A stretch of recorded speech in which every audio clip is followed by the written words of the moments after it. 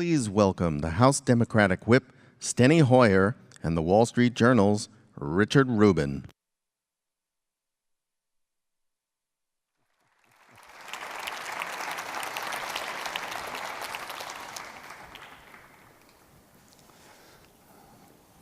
Welcome, and thanks for making it over here after votes. Well, I'm glad to be here. Loud. So let's start with today's news, which is the administration releasing its first budget.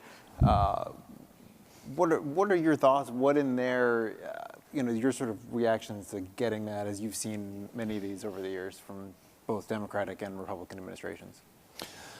Usually, the president's budget is not necessarily a compelling document with the Congress. I think that's a fair statement. So one could say, well, any reaction is normal. This budget is not normal. This budget has been described as the most draconian budget certainly in my service in the Congress of the United States. And it is a document that was prepared by somebody who at most probably represented 15% of his own caucus in the Republican caucus, Mr. Mulvaney. Draconian is the word that Hal Rogers used. Mike Simpson, a appropriator, Republican, dismissed it out of hand. And essentially almost every Republican that I've seen quoted on the budget dismissed it out of hand. And certainly the Democrats think it's not only draconian, but extraordinarily harmful to almost every part of our society. And certainly the non-defense discretionary budget is just devastated, but also Medicaid is devastated. So I think that, frankly, it's not even a starting point. I don't really think it'll be much relevance in terms of discussion in the House and then in the Senate. So what then does anything from that get picked up by Republicans in the House and the Senate? I mean, are there things in there that you're concerned about seeing actually turn into law, as opposed to some things that the things you're seeing Rogers and Simpson and others reject, but are there things that you're concerned that because they've got, either they can do it through reconciliation or they can do it, as part of a bigger budget deal, things that you're concerned about? Well, they're having trouble on reconciliation for 2017 at this point in time on the Affordable Care Act, which they were theoretically all united on. Here, there is no unity. So, and the reconciliation they largely want to keep for their tax program, which is obviously included in their budget. I think it's very doubtful as to whether or not they're going to be able to get any kind of consensus on a major tax reform piece. You're going to hear from Mr. Brady after me, apparently, and I'm sure that Congressman Brady will have perhaps a more positive view, but my experience in 1986, and of course I was in the Congress in 1986, the way you got tax reform was you created a very large consensus with Reagan and O'Neill agreeing, Rostenkowski and Packwood agreeing, and then you had an extraordinary figure in Jim Baker working it. I don't see somebody like that in the administration, and I don't see any consensus, not only between Democrats and the White House. I don't see any consensus between the White House, the Trump policy, and Ryan and Brady's policy. They're not on the same page. So I think it's very unlikely that we're going to see, certainly this year, a tax proposal that will be included in reconciliation that will work for the Republican Party. As you've looked at their tax proposal, what are the things that you like and don't like? Are there things in there that are appealing to you or to other Democrats, and are there things that are sort of complete non-starters? Well, first of all, we don't have much, either in the budget or in the one-pager that was submitted. So it's hard to see what the details are when you get down to details. They're not at that level. It's more notional at best. And there is a substantial disagreement between the White House and the House and the Senate on the border adjustment tax, which obviously the House relies on pretty heavily in their proposal, which the White House is lukewarm on, and I don't think there's a Republican senator has said they're for the border adjustment tax, which is a big pay for. The other big pay for, of course, is the Affordable Care Act and the $800+ billion to cut out of there, which will be used presumably for their tax bill. So I think that there certainly is a consensus that we need tax reform. So you start from a place where everybody says we need tax reform. Everybody says we need simplification, including me. So I think we all agree on that. Frankly, David Camp, the former chairman of the Ways and Means Committee, when Boehner was the speaker, came up with I thought, a solid proposal. It wasn't that I agreed with everything in it, but it was a solid proposal. It was paid for. It was paid for by eliminating some preference items and enhancing others and bringing rates down, which is, of course, the objective. President Obama, when he spoke to a joint session of Congress some 3 years ago, said we needed to reduce the corporate tax rate because it wasn't competitive. So I think there's a general agreement that the corporate rate ought to be brought down. I don't think there's really much agreement at this point in time on what preferences ought to be eliminated to pay for that.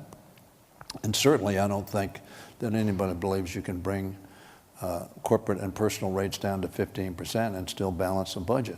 So if there's been this, and there has been this agreement for years on, especially on the business side of lowering rates and broadening the base somewhat, why has nothing happened? Why has there not been the sort of major tax bill? Well, and what might it take to get there? Well, what you saw when David Camp, who I thought did a very, Republican from Michigan, chairman of the Ways and Means Committee, I thought he did a very responsible proposal, and he got, it ended up being a partisan document that he offered. But it was the result of a very bipartisan process that Chairman Camp created, involving Democrats and Republicans in discussion about what the alternatives were. Now, they ended up not getting a consensus, so he put a document on the table. But it was dismissed out of hand. And it was dismissed out of hand because Speaker Boehner saw in it a lot of controversy. And you will not get tax reform without overcoming a lot of controversy. And the way you overcome a lot of controversy, which is why I think the Republicans would have such a difficult time, is because you need the President, the House, the Senate, Democrats and Republicans to at least agree that they are going to work together to get to a consensus. Nothing's happened in the first 4 months which have led us to believe that that's in the mind of the White House, or frankly in the minds of either Speaker Ryan or Leader McConnell. So that's why I'm so doubtful that it's going to happen, because the basis for doing it, the basis to get to an agreement, does not seem to exist. So what do you see as the role of yourself and House Democrats as you watch Republicans attempt to do this? Both start with taxes, but then also on, as we look ahead to other fiscal matters that'll come up before. Well, I think what you've seen in our position, which is not an unreasonable position, is we don't have the presidency, we don't have the House, we don't have the Senate, so we really can't pass any substantive proposals. Therefore, we're pretty much in a wait and see and response mode on proposals. That's true on the Affordable Care Act. We would be very excited about sitting down and working and improving the Affordable Care Act. There seems to be no inclination to want to take that as the basis and then improve upon it. And until we see proposals that somebody says, okay, this is our proposal, how do you want to work on this to improve, to change, so that we can create a consensus? Even in keeping the government open and extending the government funding, there were only 131 Republicans who voted for that. So that meant they had about 70, 80 Republicans voting against their own proposal. When I say their own proposal, the consensus proposal that was reached. So I don't think there's any reason to believe at this point in time, maybe it will happen next week or next month, but at this point in time, there is the basis for Democrats to come forward and say, we like this, we don't like that. The budget, you will see, we don't like it, period. And we don't think it'll be an offer that will be a basis for any kind of real discussion. So it'll start with the Republican members of the Budget Committee, and we'll see what they have to offer. But based upon the Ryan budgets and the Price budgets, we don't think there's going to be much room for agreement.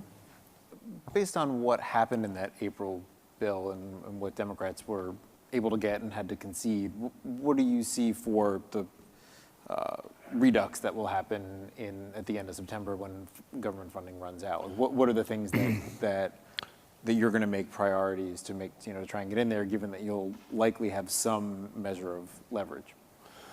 I think we'll have substantial leverage. Now, I think President Trump, as he does so often offhandedly, said that government shutdown in September might be necessary.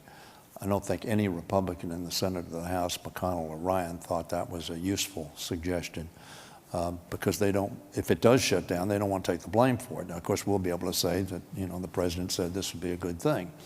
So we're starting at a point where I think the Republicans, McConnell and Ryan, are very sensitive to the position they're in because they think shutting down the government will be very inimical to their interest politically. We had, we think, significant success in the 2017 to September 30th funding bill. Why did we have success? Because there were 131 Republicans voted for it.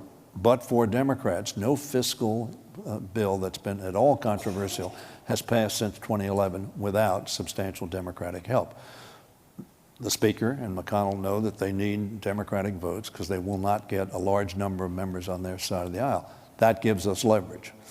Now, we wouldn't have leverage. How do you use that? Like, what are the... Well, you saw how we used it. We used it, first of all, on domestic discretionary spending. We used it on Planned Parenthood. We used it on wall funding, which we think is a waste of money. We think secure borders is not a waste of money. We just don't think that's the way to get there.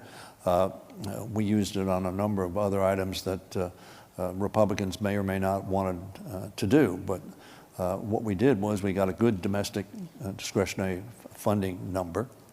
We got an increase in NIH, $1.5 billion.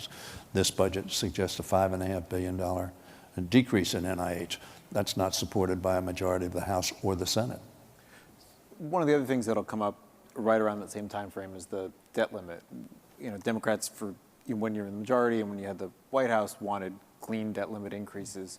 Where are you on that now? And do you want any conditions attached to a debt limit? Let me tell you where I am, which does not necessarily speak to everybody in my party, but a significant number. I will vote for a clean debt limit extension, period. I think the debt limit is a phony issue. America's incurred debts. Either we borrowed money or we bought things. America pays its bills. Thinking that somehow we would say, no, we've reached the debt limit and therefore we won't pay our bills is unthinkable and would be extraordinarily destabilizing to the global marketplace. So if there's a clean debt limit extension, I will vote for it. The fact that we have a Republican president should not be, any more than a Democratic president, should not be relevant in that discussion. The discussion should be the United States of America, the richest country on the face of the earth, will pay its bills when they're due, and we will not default. And the thought that somehow if we pay this bill but not that bill, that we will not have defaulted. If we don't pay any of our bills, salaries, whatever, we will have defaulted. And that's not an objective that we ought to countenance. Having said that, what we saw in the past is the debt limit being used as a hostage to a policy that others wanted to pursue. As you recall, the reason for the shutdown was Senator Cruz and a large number of the Freedom Caucus thought unless we repeal the Affordable Care Act, they're going to shut down the government. That was their policy. And in fact, that's exactly what they did. And we didn't repeal the Affordable Care Act. Nobody thought that the Affordable Care Act was going to be repealed, but we shut down the government for 16 days. The present OMB director not only voted to shut down the government, the present OMB director voted not to open it up, contrary to the urging of the Speaker, the Majority Leader, and the Majority Whip of his party. So what happens then this year? What's the... I think, if assuming that they offer a clean debt limit extension, and when I say clean, if you have a consensus on some anomalies that need to be done or other matters that need to be done, and we have a consensus on it, I consider that clean, meaning that we all agree on it. I think a large number of Democrats will vote for it. And do you think that's where it ends up?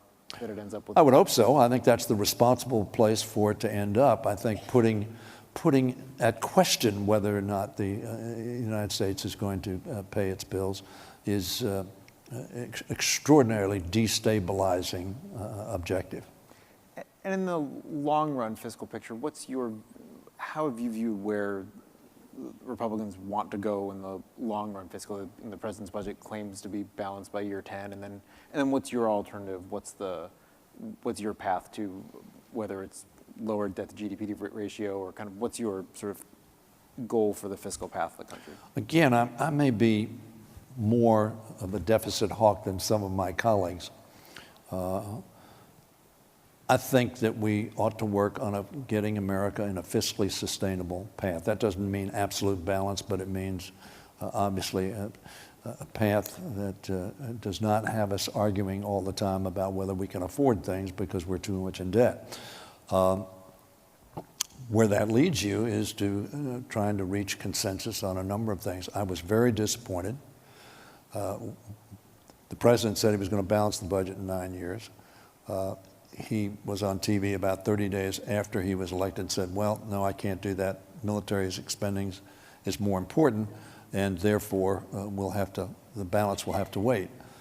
My response to that was, there's hardly a member of Congress that doesn't have an item that's more important.